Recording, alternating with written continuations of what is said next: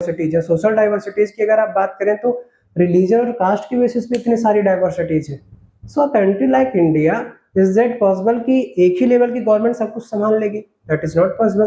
तो गोल क्या होता है फेडरलिज्म का? So the goal of the federalism is basically, इसके दो होते हैं। पहला पहला इससे क्या होता है कि सोचो अगर श्रीलंका की तरह है ना, अगर श्रीलंका जैसे, होता क्या है कि दिक्कत कब आती है, प्रॉब्लम्स कब आते हैं? प्रॉब्लम्स तब ज्यादा बढ़ जाते हैं कि जब एक ही अपनी ही आइडियोलॉजी को बिना एक्सेप्टेंस के जबरन लोगों तक फैलाने लगे। तो कभी भी ये चीजें एक्सेप्टेबल नहीं हो सकता, और एक अवेयर नेशन में तो कतई नहीं हो सकता।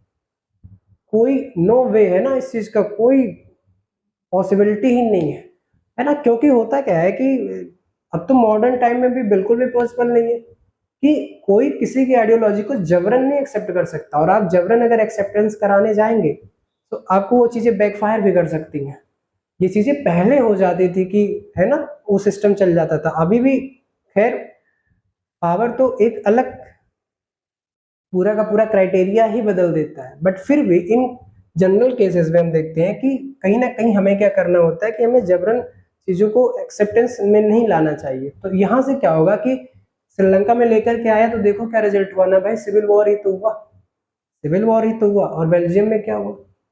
तो यूनिटी ऑफ द नेशन कहाँ पे है? क्या श्रीलंका में है या बेल्जियम में है? तो बेल्जियम में यूनिटी ऑफ द नेशन बढ़िया से था, सब लोग मिलजुल करके काम कर रहे थे, है ना। तो कहीं ना कहीं क्या है कि है ना, यहाँ पे क्या है, प्रमोट करना है ना। और क्या प्रमोट करना?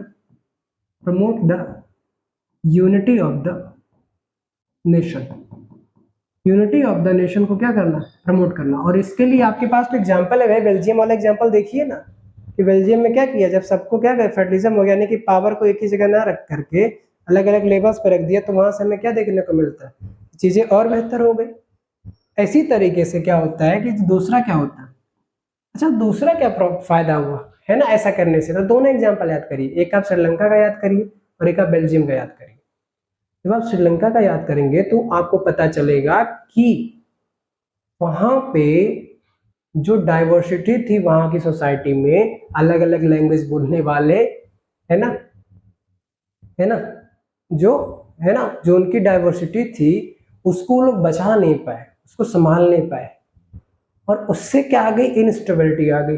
ठीक इसी तरीके से जैसे वहां पे इनस्टेबिलिटी आ गई, ऐसे ही जहां पर भी डाइवर्सिटी होगी सोसाइटी में वहां पे आ सकता है, अगर बेल्जियम की तरह हम एक वाइजली उसका सॉल्यूशन नहीं निकालेंगे।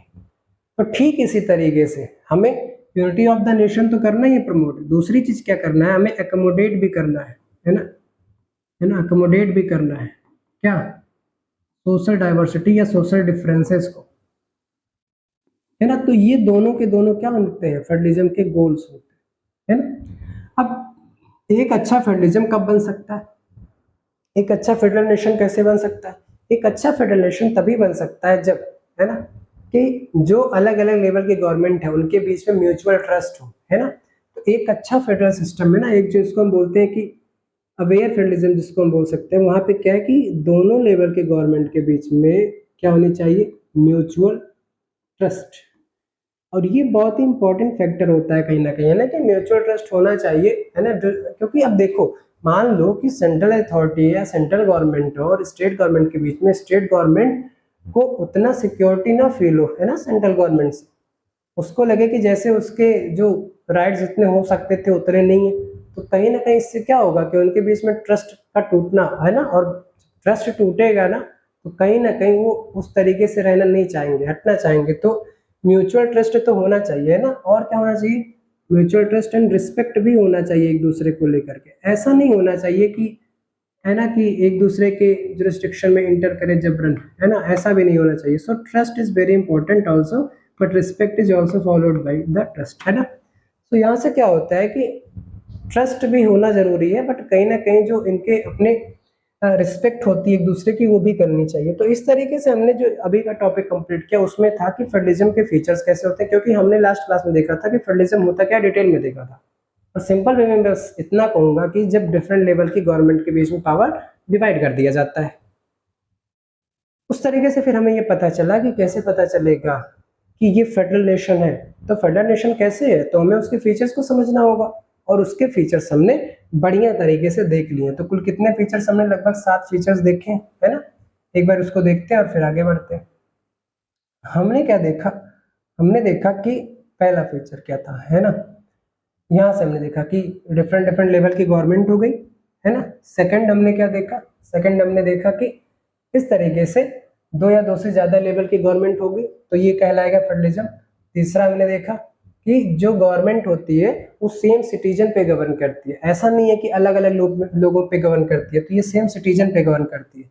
चौथा हो गया कि जो गवर्नमेंट है जो गवर्न करती है उसके अपने अपने जुरिस्डिक्शन होते हैं और वो उसी, है ना, उसी के अकॉर्डिंगली ही एक्ट कर सकती है।